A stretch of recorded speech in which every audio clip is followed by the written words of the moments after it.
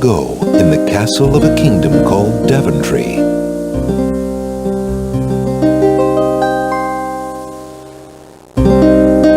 Alexander, here you are. Oh, you're still not thinking about Cassima, are you? I suppose I am. Son, it's been months. You've got to pull yourself together. After all, you only met her that once. I know. Have you discovered anything about the land of the Green Isles? No. No one's even heard of it.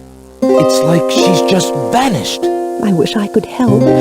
Please try to think about something else, dear. I'll try, Mother.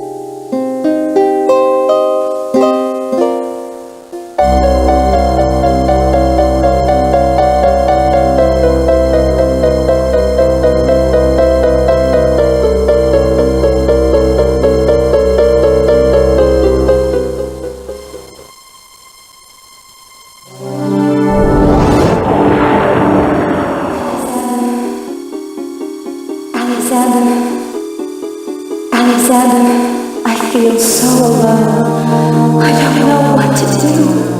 Alexander, I wish you were here. Alexander. Cassima! Wait! Mother! Mother, come quick! Alexander, what on earth? You're white as a ghost. Mother, I saw Cassima. She was in the mirror. In the mirror? The magic mirror? Yes! And it showed me how to find her. How? The stars! I saw the stars outside her window. I can navigate by the stars. Oh, Alexander, if you really go... It will be all right, Mother. I promise.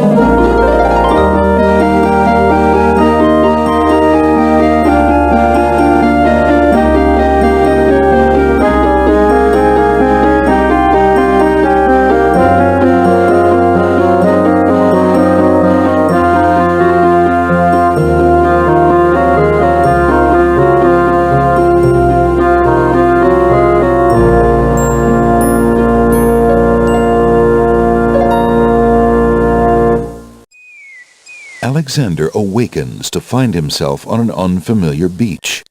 For a moment, he is too dazed to remember how he got here. Then, he does remember. The shipwreck. The sea. Just as he had seen his men safely into the lifeboats, a gigantic wave picked him up and tossed him overboard into the churning sea. That was the last he'd seen of his crew. Debris from the shipwreck is scattered along the shore, but of the lifeboats and his men, there is thankfully no trace. He can only hope and pray that the lifeboats survived the currents, and that his men made their way safely back to Daventry.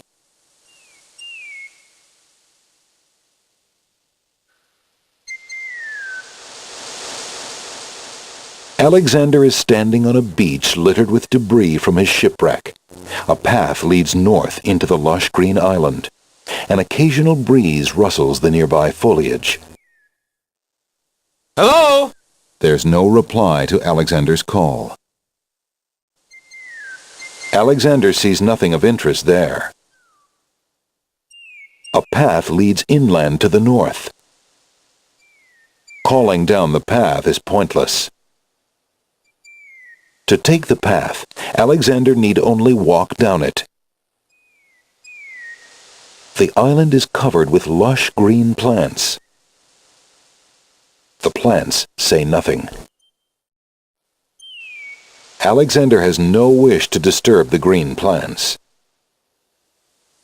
The beach is covered with a fine-grained white sand. The sand does not reply. The sand is warm to the touch.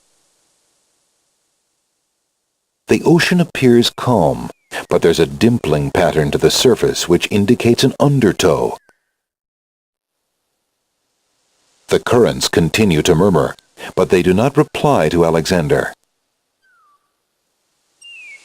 The ocean is not as calm as it appears. Underwater currents tug at Alexander's legs.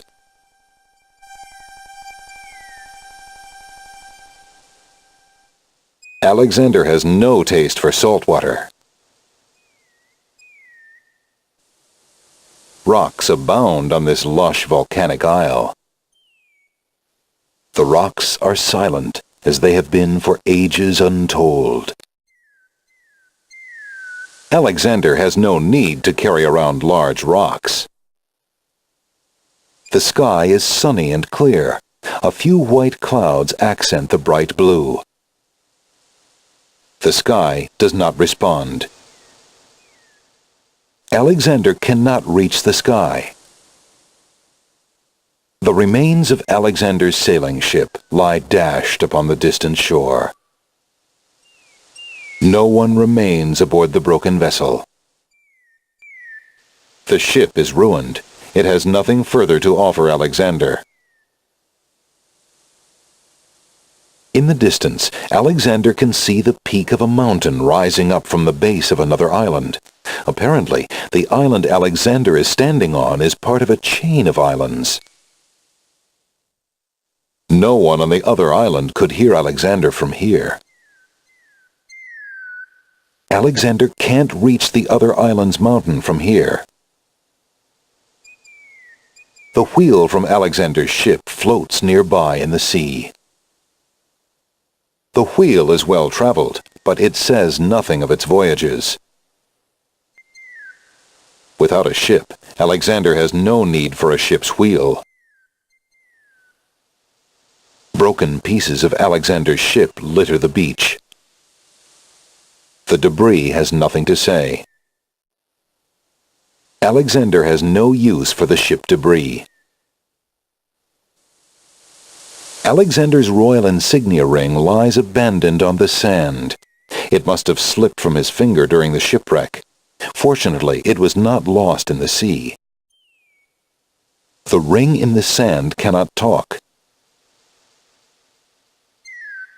Alexander picks up his royal insignia ring from the beach.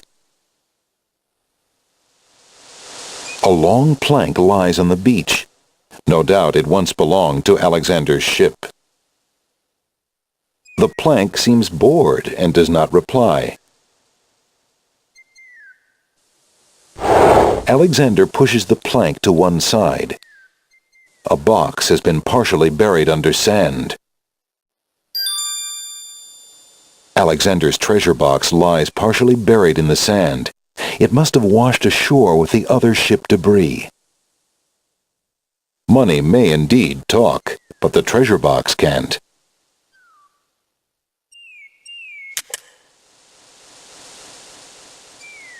The box must have opened in the sea, spilling its treasure.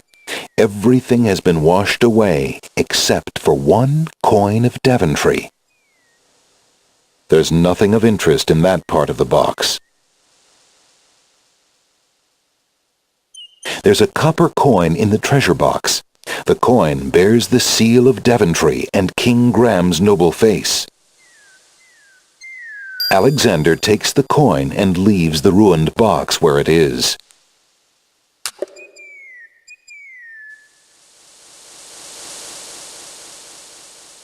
Alexander searches for a way to reach the black-haired girl whose memory will not escape him.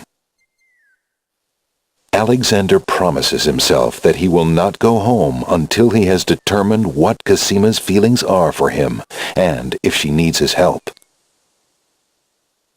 Alexander feels his pockets carefully to make sure he hasn't lost anything.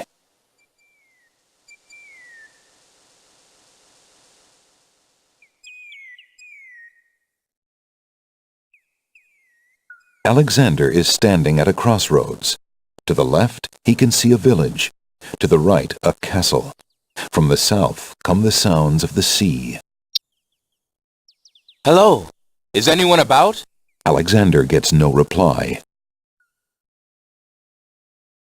The path splits here, forming a crossroads. One branch heads northeast towards a distant castle, and one leads northwest into a small village. The path wanders on its way without comment. To take the path, Alexander need only walk upon it. Large leafy ferns spread their fronds across the fertile ground. The ferns may appreciate the sound of Alexander's voice, but they do not reply. The large ferns would be of little use to Alexander. A grand old tree stretches its luxurious limbs out over the crossroads. The old tree must have witnessed many intrigues and many tragedies, but it keeps its stories to itself. Alexander can see no reason to clamber about on the old tree. He would only scar its bark. A hollow in the trunk of the old tree forms a perfect nesting place for wildlife. Hello, is anyone in there? There is no reply from the hollow in the tree. Alexander examines the tree's hollow, but finds nothing of interest. To the left, a small village seems to invite the weary traveler. The villagers might be more responsive if Alexander moved closer. To reach the village, Alexander need only walk there. In the distance, a majestic castle shines in the sun. Whatever inhabitants might live in the distant castle, they would never hear Alexander from here. Alexander will have to take the path to reach the castle.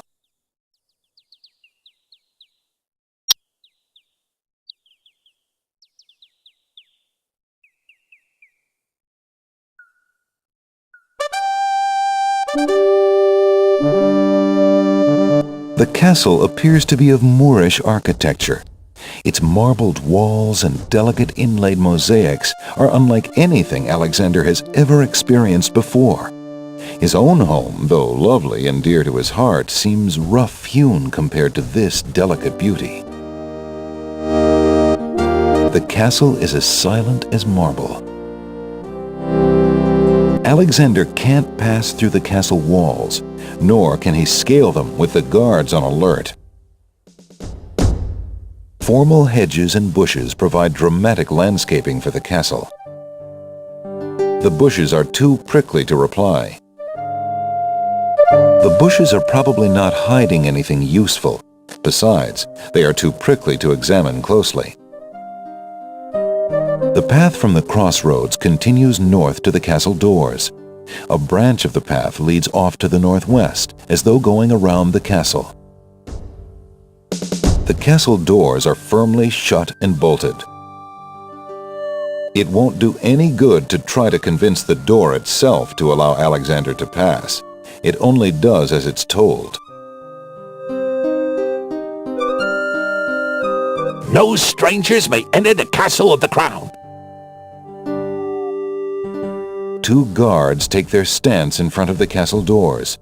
They look quite fierce and have the stiff, blank expression of soldiers on formal duty. Alexander politely addresses the odd-looking guards at the castle doors, hoping to learn more about his predicament. Good day to you, guards. I was cast upon this island in a storm, and I'm a little confused about my location. Could you tell me what place this is and who lives in this castle? Hey, what is that you say? A castaway? A likely story. We haven't had any foreigners in this part since Alhazred arrived. Don't be so rude, Gruff. He's not asking for any secrets. You're standing on the Isle of the Crown, lad, and this is the Castle of the Crown. The royal family resides here. Rather, what's left of the royal family. The Isle of the Crown? But tell me, am I anywhere near the land of the Green Isles? This is the land of the Green Isles. The Isle of the Crown is the main island, foolish boy. Then Princess Cassima must live in this very castle. Aye, the princess is indeed our treasured jewel to guard, and we consider it an honor. Excuse me, guardsmen, guard dogs. I've been traveling for months to see Princess Cassima. I would like an audience, please. I'm sorry, but the princess is not receiving visitors, particularly not strangers. I really must see the princess. Could I speak with someone in charge? Who are you that I should bother Captain Saladin, huh? My name is Alexander. I am a prince of Daventry and a friend of the princess. A prince, is it?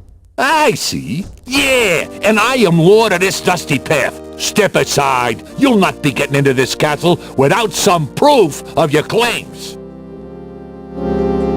I assure you, I am Prince Alexander of Daventry. And I assure you that you'll not get past me without proof. The guards of the castle gate look like efficient fighters, and there are doubtless more of them inside. Alexander decides not to try to force his way in. Alexander is carrying a copper coin of Daventry. King Graham graces the front of the coin. Alexander rubs his fingers over the indentation of King Graham's face on the copper coin and thinks fondly of home.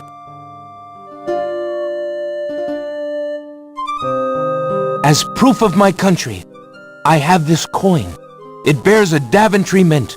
A beggar can own such a coin as well as a prince. This proves nothing. But the image on the coin's face is that of my father, the king. Really? Then you must take after your mother. I see no resemblance. The castle guards seemed unimpressed enough with Alexander's coin of Daventry the first time. Funny, Alexander always thought he was the spitting image of King Graham.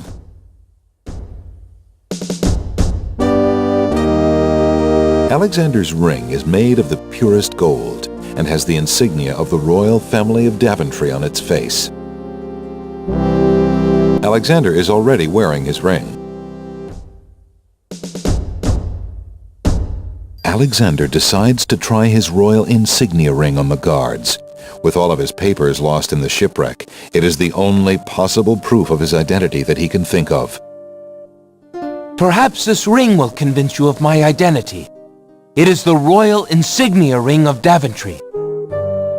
Ha! I'm sure. Just let me take a look at that ring. I'm sorry, Your Highness. It's just that princes are so uncommon in these parts. Let me get Captain Saladin.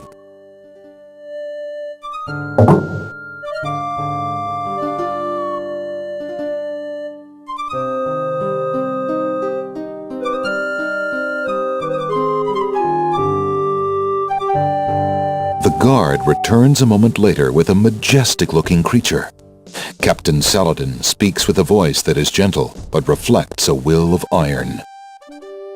Prince Alexander of Daventry, I presume. I'm afraid I'm unfamiliar with your country, but I'm sure Vizier Alhazred will want to meet you, if indeed you are a friend of the princess. Please follow me.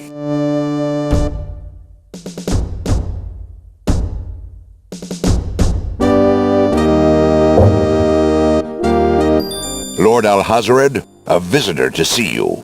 Prince Alexander of Daventry. What is it that you seek, Prince Alexander?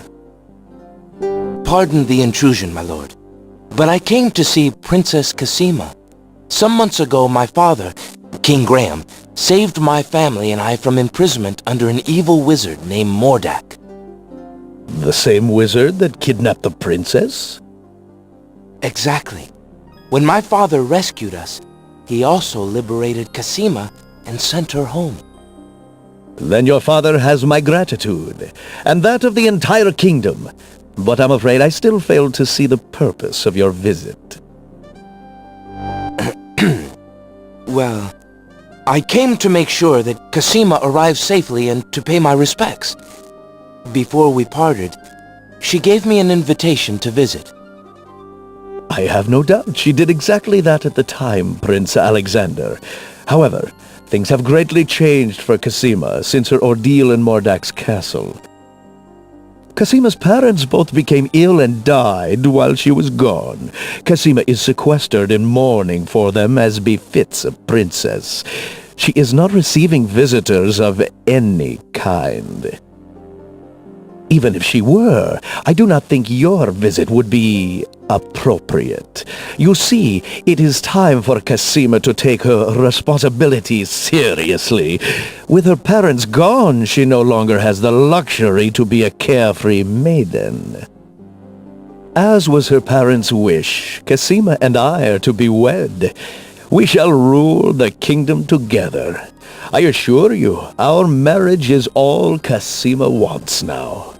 As a prince and a gentleman, it would be best that you leave before there is any further embarrassment. I see. I suppose that I was mistaken. I thought for certain that Cassima... Well, I apologize. A young man sees what he wishes to see. I'm sorry you've wasted your time traveling to the land of the Green Isles. May your journey home be swift. Perhaps I will take the opportunity to look around your fair land while I'm here. I would advise against that. The kingdom is rather, shall we say, inhospitable these days. But it is your neck. You may risk it if you please. Captain Saladin will escort you from the castle. Good day.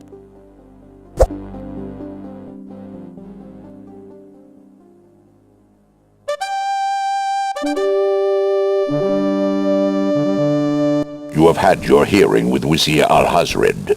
I trust you'll respect his wishes and not return.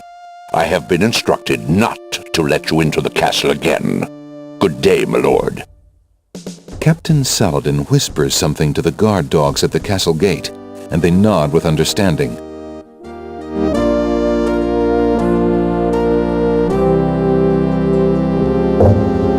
Alexander has a feeling they won't be letting him into the castle again. We are under orders not to let you anywhere near the castle, Prince Alexander. Be gone! Please, if you'll only be reasonable. I really must see the princess. Be gone! You're not welcome at the castle, Prince Alexander of Daventry. We have our orders, and they are quite clear.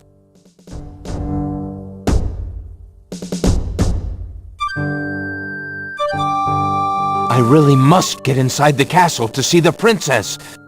Perhaps this will convince you. Begone! We have no interest in anything you carry. You are not welcome at the castle.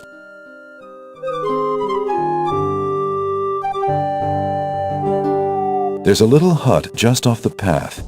Perhaps the guard dogs have an occasional use for it, but it looks empty now. There is no one in the guard hut with whom to communicate. The little hut is empty.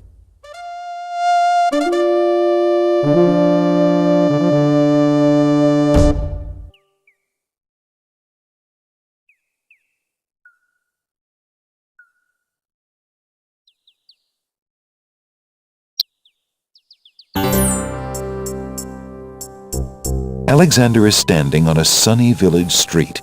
There are open shops to his right, a hard-packed path beneath his feet, and palm trees waving over his head.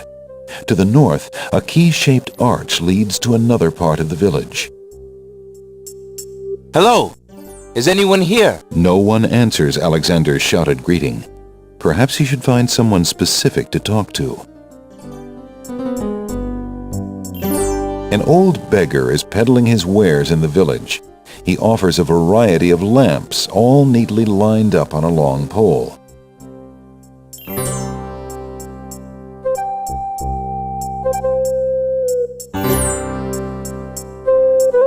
Good day, peddler. Good day, sir. If you would like to get one of my fine new lamps, I'll need an old lamp in trade. Isn't it a rather bad business? Taking old lamps and giving new lamps in exchange? Well, there's always a chance that I'll find a genie. If I had a genie, I'd be richer than a king. Besides, there's always a roaring business in antique luminaries. How fare you, peddler? Hey, lad, have you an old lamp for me yet? The old man, like most peddlers, is not interested in Alexander's empty hand.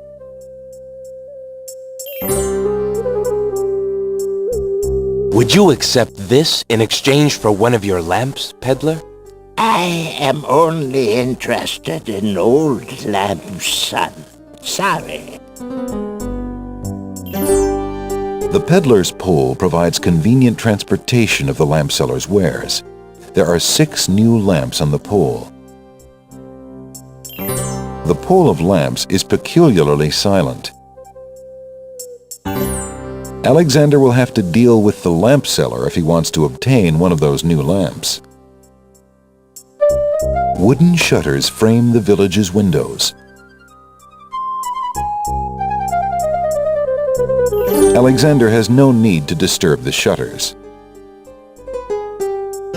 The village buildings are made of rough sandstone stucco. This one has a shop on the street level and a private dwelling up above.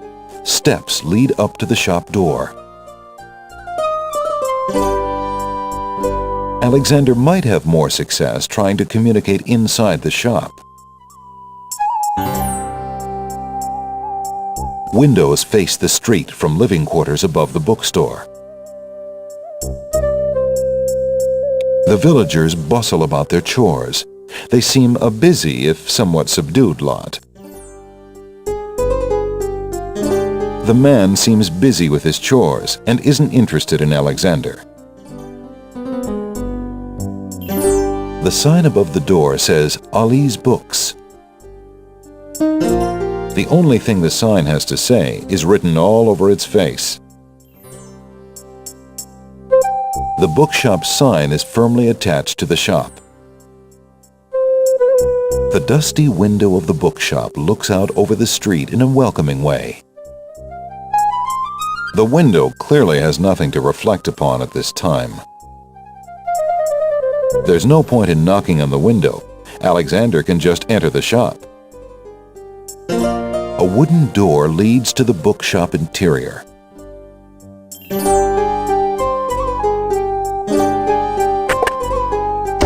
Hello, I will be right up. Now, what can I do for you? Alexander is standing in a cozy little shop. Books of every size and shape line the walls. A crackling fire in the fireplace completes the tranquil scene.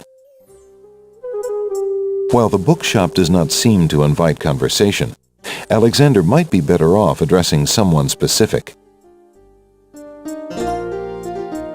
The bookshop owner is a thin, middle-aged man. His intelligent eyes are slightly blurry from long nights spent reading by candlelight.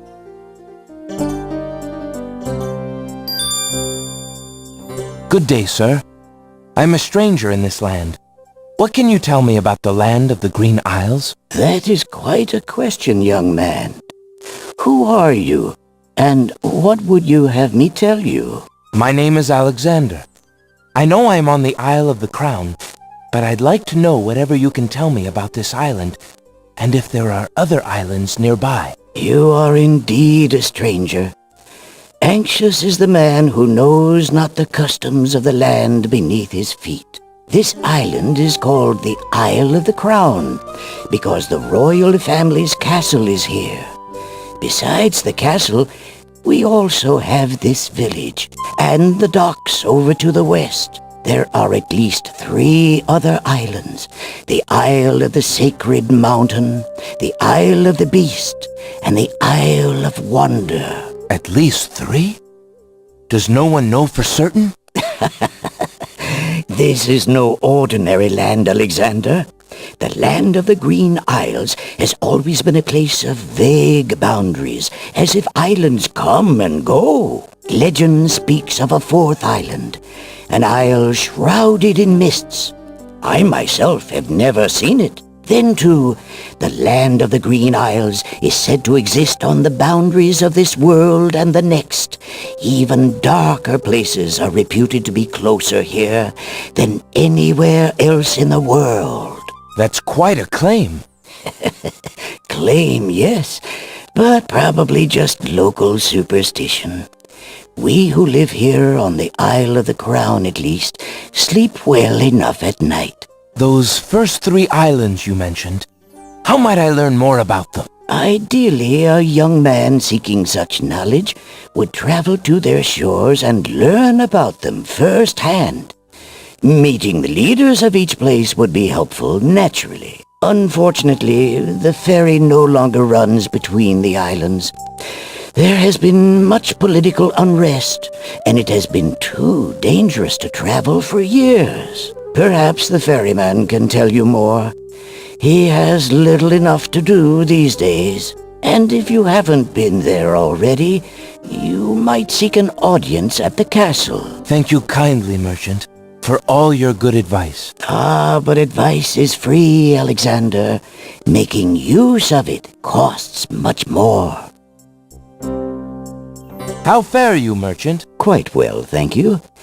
I just finished a wonderful book on geological rock formations. Fascinating. A plaque bearing a merchant crest hangs over the doorway. The bookshop owner must be proud of his credentials. Alexander has no ambition to set himself up as a merchant.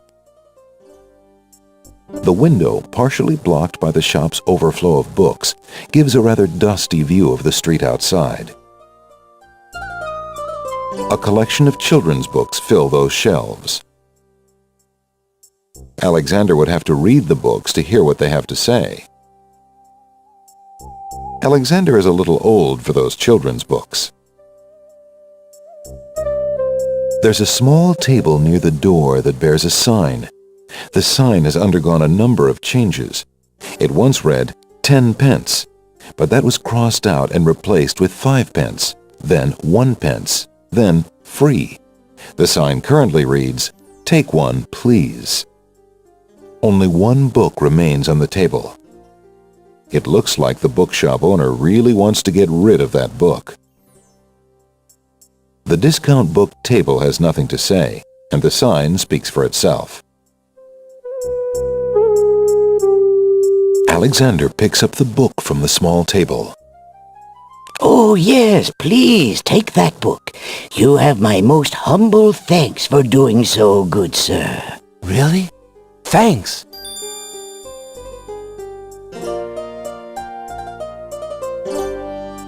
Alexander is carrying a book from the bargain table in the bookshop.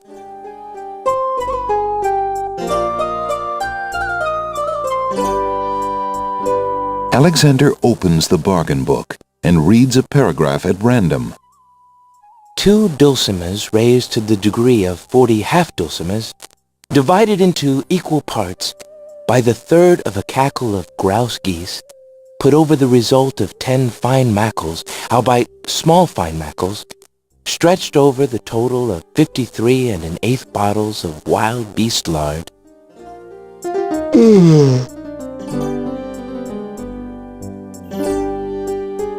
Phew, what an incredibly boring book. No wonder the bookshop owner wanted to get rid of it so badly.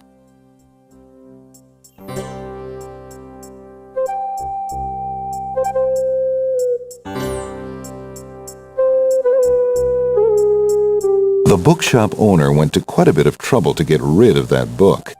Alexander doesn't want to just leave it behind in the shop. These shelves hold a selection of cookbooks. Alexander isn't interested in the cookbooks on that shelf. He's had an aversion to cooking ever since he experimented with a certain cookie recipe involving cat hair and fish oil. Assorted travelogues and biographies are arranged on these shelves. Right now, Alexander is too involved with the journey he's on to take time to read about the journeys of others. These shelves hold a collection of oddly titled guidebooks. Alexander notices such books as How to Become King with Little or No Rupees Down, Finding the Right Girl with the Right Dowry, and Why Good Princesses Like Bad Wizards. Alexander is not interested in those self-help books. Volumes of poetry are on display on this bookshelf. Thinking of Cassima, Alexander decides to leaf through one of the volumes of love poetry. He reads, Thy hair, thy lips, thy beauteous face, and all thy studied female grace have won for thee anon a place within this broken breast. Not bad. And another. Upon the shore the lilies bend, untouched by worldly care, where shadow they her earthly bed, oh, that she were not there. Yikes. And another. What was it when I looked at you? What power has chained me through and binds my heart with links so tight I cannot live without the sight of you? What nameless thing has captured me and made me powerless to flee? What thing is it without a name that brings my mind e'er back the same to thee? The name of love cannot apply. Its commonness does not decry the haunted, painful cry that my heart makes for you, that e'er my soul eternal makes for you. A little close to home, that one. Alexander returns the love poem book to the shelf.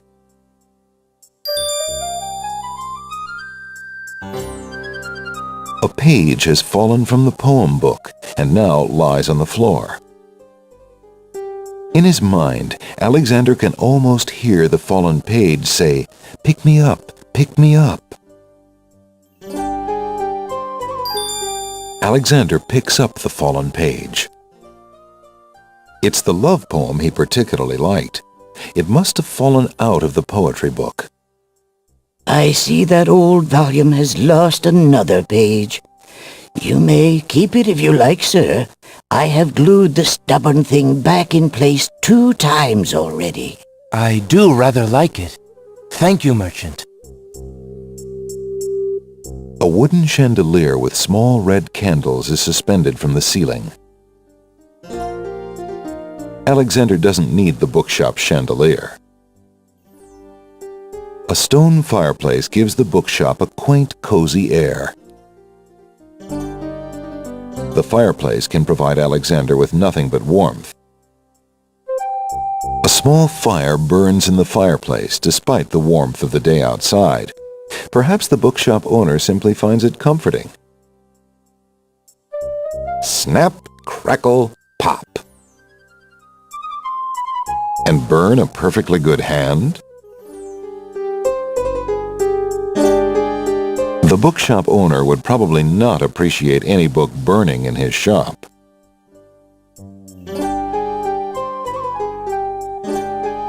Ah, to consume all our earthly possessions in flame. An old man occasionally steals sidelong glances at Alexander from under a concealing hood. Good day, sir. The mysterious old man just ignores Alexander.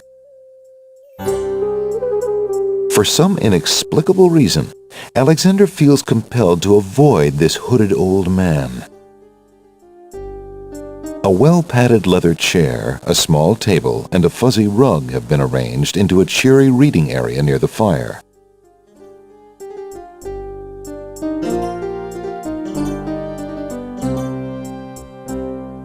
There's a book entitled The Changing Role of Court Entertainers Through the Ages on the small table in the reading area. It appears that some regular customer likes that book. Alexander rests his feet for a moment. Alexander picks up and leafs idly through a book called The Changing Role of Court Entertainers Through the Ages.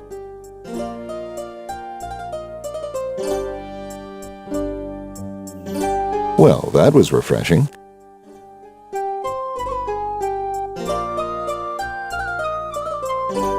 Might I return this? Go ahead and keep it.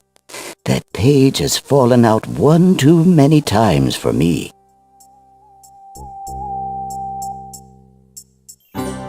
Might I return this? Please, I had a hard enough time getting rid of that book in the first place. Would you have anything in the price range of this coin? It bears a foreign stamp, but it's solid copper. I'm afraid not. My books are all hand-scribed and illuminated. I do not have any good books for the price of a single copper. All right. Thank you. Would you be interested in this ring?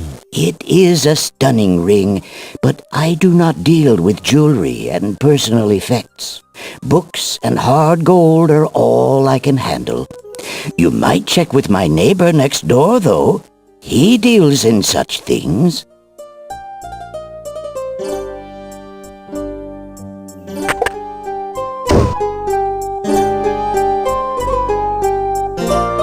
The village buildings are made of rough sandstone stucco. This one houses a pawn shop at the street level and features rough wooden supports accenting the roofline. Steps lead up to the shop door. The sign says pawn shop.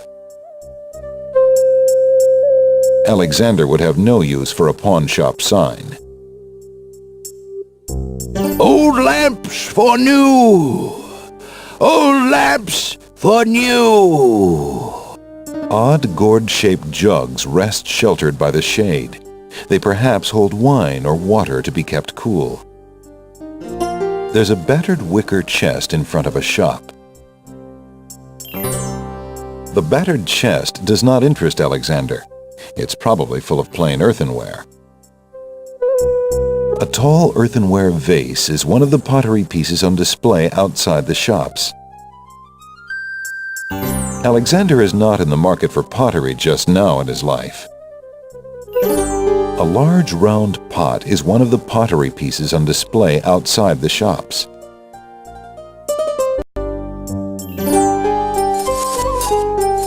Alexander examines the large pot.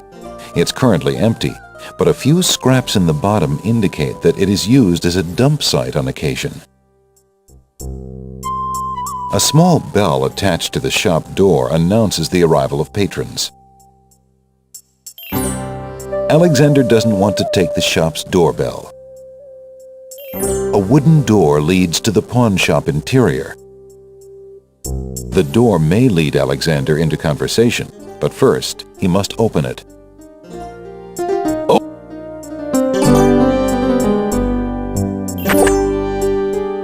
Good day. The pawn shop is a dimly lit place with a slightly musty smell. Curiosities litter every corner and every shelf. For sale are articles that range from the bizarre to the commonplace, from the priceless to the practical. The dusty shop remains peacefully quiet. The pawn shop is too cluttered and dusty to poke around in efficiently. The pawn shop owner is a mysterious fellow. His face is old and inscrutable, and there's a glint of sheer iron in his gaze. Still, Alexander senses this is someone he can trust. Good day, merchant. What can you tell me about the land of the Green Isles? I can tell you she is in a dark time. Without the ferry, communication between the islands has ground to a halt, and so nearly has my business. Why the long ages of peace have ended, and why the crown has not done something about it is beyond me. But then, I am a shopkeeper, not a politician, and can only hope for better days. How bide you, good merchant? Quite well, though a purchase would not hurt me any. The pawn shop owner doesn't look like a man to be tussled with. The curiosities business is just dangerous enough to require one to develop one's boxing skills. Towering mightily over the other pawn shop curiosities, the stuffed bear makes an ostentatious display. The world-famous talking bear has been sulking ever since his abduction from a small mountain community in California. He refuses to discuss real estate. The stuffed bear probably has stuffed fleas. Alexander decides to keep his distance. The back wall of the shop holds various odds and ends. For example, a hull hole detector for finding those hard-to-spot holes in small sailboats. Cat cookie mix. Play tricks on your friends, the box says. A golden bridle finder for finding those nearly invisible golden bridles. Self-adhesive emeralds, what you use when you don't have honey. Tongue climbing gear, tested on over 100 whale tongues. A uvula tickler, guaranteed to make large mammals sneeze. A cheese hook for retrieving cheese out of small holes. A shovel that's guaranteed not to break for over 100 grave diggings. A bridge repair kit for when you've crossed a bridge one too many times. Stair traction pads. Stop slipping off those narrow staircases. If Alexander wants anything from the pawn shop, he'll have to first give the pawn shop owner something in trade. The back wall of the shop holds various bottles and potions.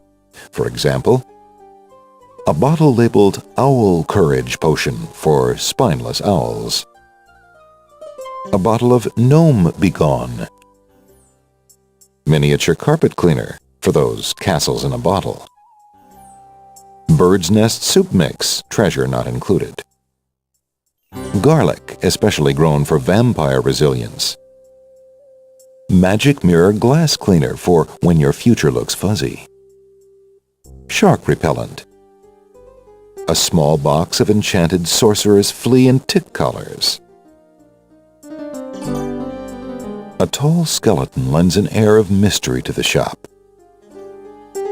He's speechless. Alexander already has a skeleton. A helmet, probably belonging to the headless armor also in the shop, has found its way to a separate part of the counter.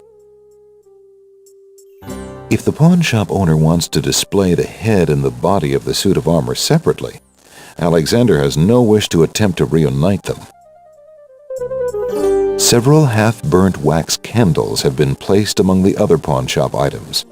They probably light the shop at night. The land of the Green Isles must have at least one inhabitant with interest in the mystical, for a crystal ball has been traded in along with the more common household goods. The crystal ball remains perfectly clear and says nothing. Alexander will know his future soon enough if he just keeps on with his adventure. It wouldn't be fair to peek. A lady's hand mirror has been separated from its original trousseau, and now gathers dust on the pawnshop shelves. A few well-aged barrels probably hold assorted smaller goods and perishables. Alexander isn't interested in those storage barrels. A small red drum beats no more on the shelves of the pawnshop. Rat-a-tat-tat! Alexander's musical abilities have always leaned more towards wind instruments.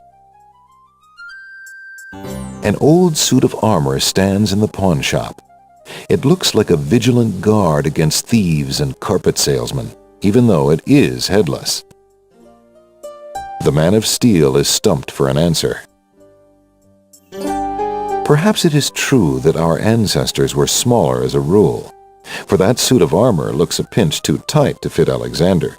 Besides, in this climate it would be awfully hot. A worn leather wineskin is suspended from the ceiling. A horn, probably used for drink or powder, hangs from the ceiling. The horn has plenty of nothing to say. Small windows allow in a bare amount of illumination, giving the light in a shop a diffused glow. A strange-looking winged device occupies one corner of the room. It is frail with disuse. Alexander finds it intriguing. Perhaps he thinks it was once used in a local sporting event, in which enthusiasts jumped from cliffs, glided on air currents, and then attempted to land, frequently crunching a bone or two in the process. Alexander shudders at the thought and decides to stick to dragon slaying. The wings have long been silent. Alexander prefers to keep his leather jerkins firmly on the ground. The pawnshop's counter is made of a sturdy teak. The wood is well worn by eager hands and well oiled by the shop's faithful keeper. The counter does not counter. The counter feels as smooth as stone. Alexander takes a closer look at the items on the counter. Have you an interest in tinder boxes? This one is only slightly battered. It holds a good supply of flint, a sturdy striking pad, and even a candle in case you find yourself with naught else to hold the flame. A battered tinder box is displayed on the counter. Ah, yes, the painter's brush. It was well used by one of the island's best painters. There's a lot of creativity in that brush, and its bristles are still in good condition. A used painter's brush is displayed on the counter. The flute is only made of plain wood, but its notes are fine and true. A plain wooden flute is displayed on the counter. I see you have noticed my mechanical nightingale. She is made of plain tin, but she sings the sweetest song you can imagine, barely distinguishable from the real thing. A mechanical nightingale made of tin is perched on the counter. I'm interested in that mechanical nightingale on the counter. What do you desire to give me in trade? The items on the front counter are all of equally slight value, worth only a copper or two. They are handy items nonetheless.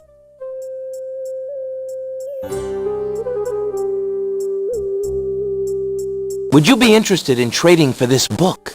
I am afraid not. Books are more my neighbor's line of work. After all, I would not want him selling curiosities. Would you be interested in making a trade for this, merchant? I have little call for love poems in these stressful times. Can you tell me, merchant, what the value of this ring might be? By the sands of the sea, what a beauty! What fine gold and masterful artistry! This ring is quite valuable, sir. I would not feel right taking it in trade. None of the items on display at my humble store are even close to the value of this ring. Truly? Well, it would be hard to part with it anyway, I suppose.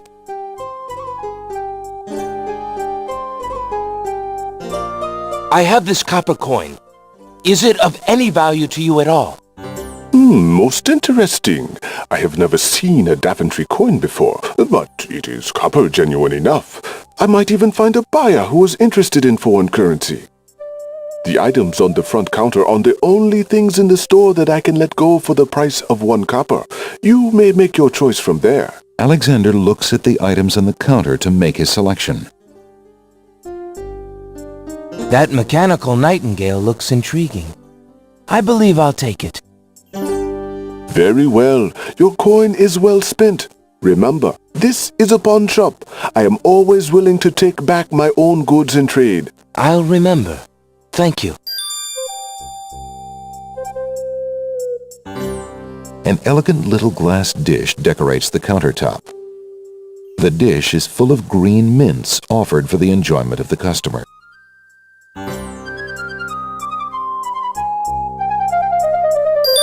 Alexander takes a mint.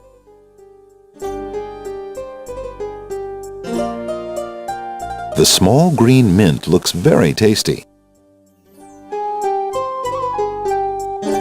I took a mint. Help yourself. That is what they are there for. Alexander eats the mint.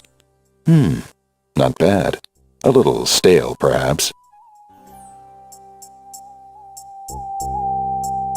Alexander takes a mint.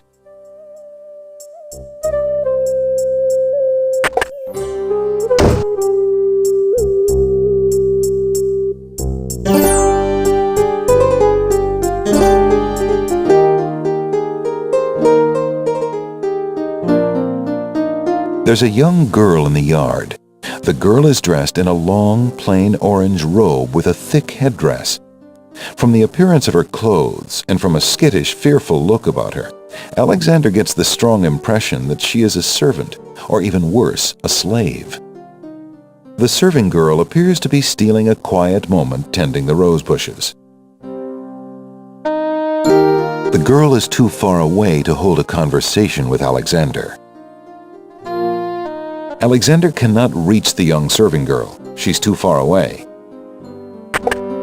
You lazy thing! Get back to work and stay away from those roses! I've told you 1,000,000 times, those flowers are too sweet for the likes of you! You've still got to do the breakfast dishes, make lunch, and clean the stables yet this morning! And get your veil back on! No one wants to look at your face! Yes, stepmother.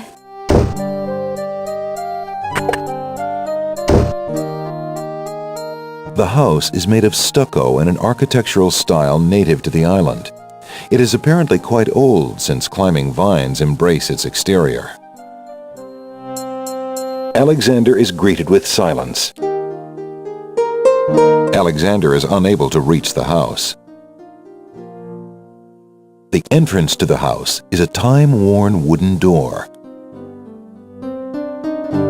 The windows of the stucco house have neither glass nor curtains, allowing full entry to the warm sea breeze.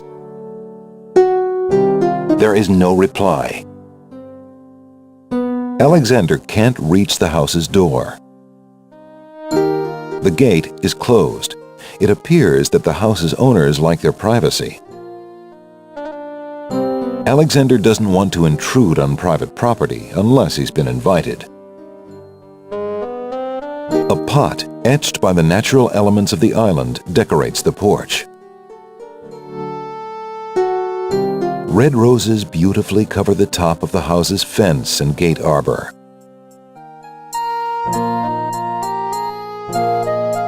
Alexander has not been invited to pick the family's roses.